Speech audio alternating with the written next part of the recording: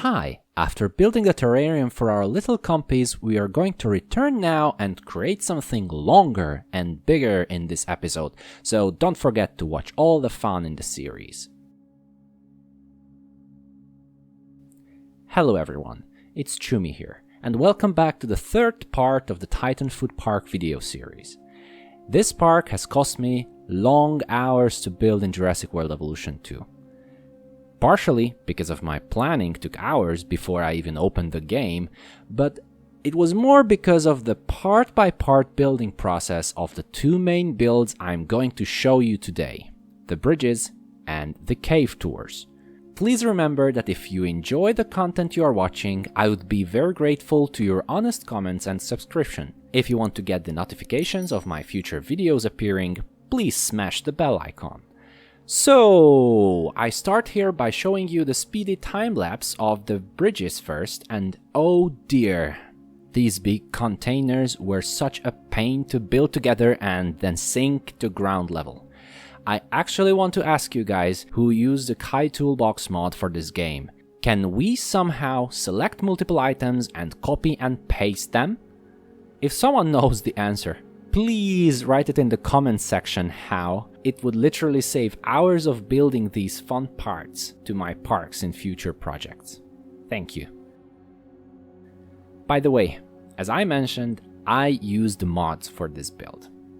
I am not overdoing the modding in the game. To be honest, I have run into crashes with some and I want to stay cautious. If you do mod as well, you stay cautious too. Sometimes they can ruin the game.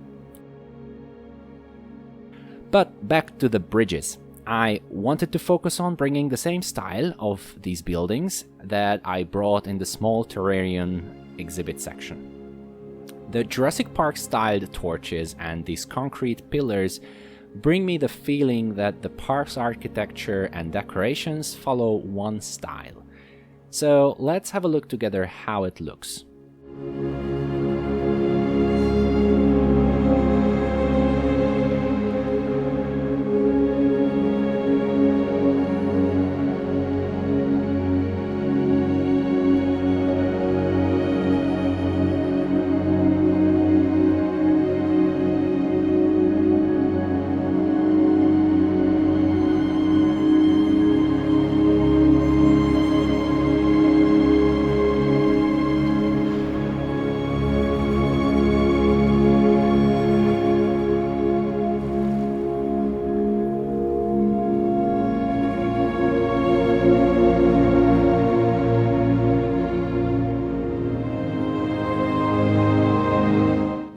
The video second half, I'm going to show you the process of the cave tour section.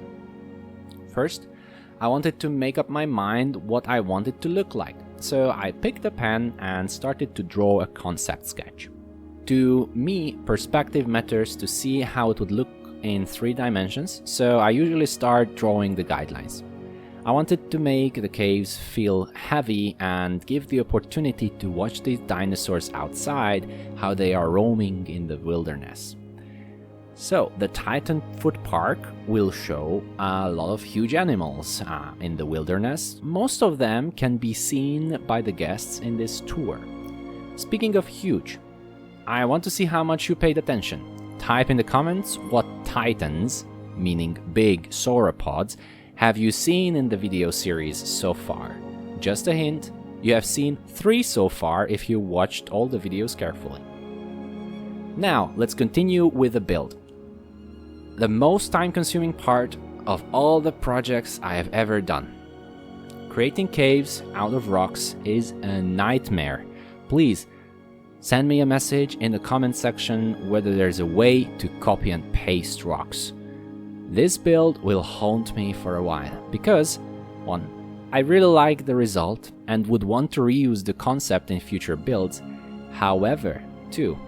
The process is so long and repetitive, I just want to find a quicker way. So yes, it was painful to just build one by one. So here is my stance on mods, because I have heard comments where people were calling it out, yes, I am using mods, so it may sound easy from my side to build these things. I have a particular relationship with modding. I think certain mods overall made the game better as it was. I also admit that certain players cannot use mods, and there are even players who choose to speak against modding.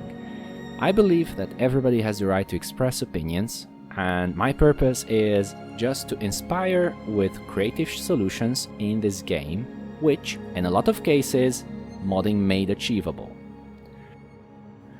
The other part I learned while I was building the cave section.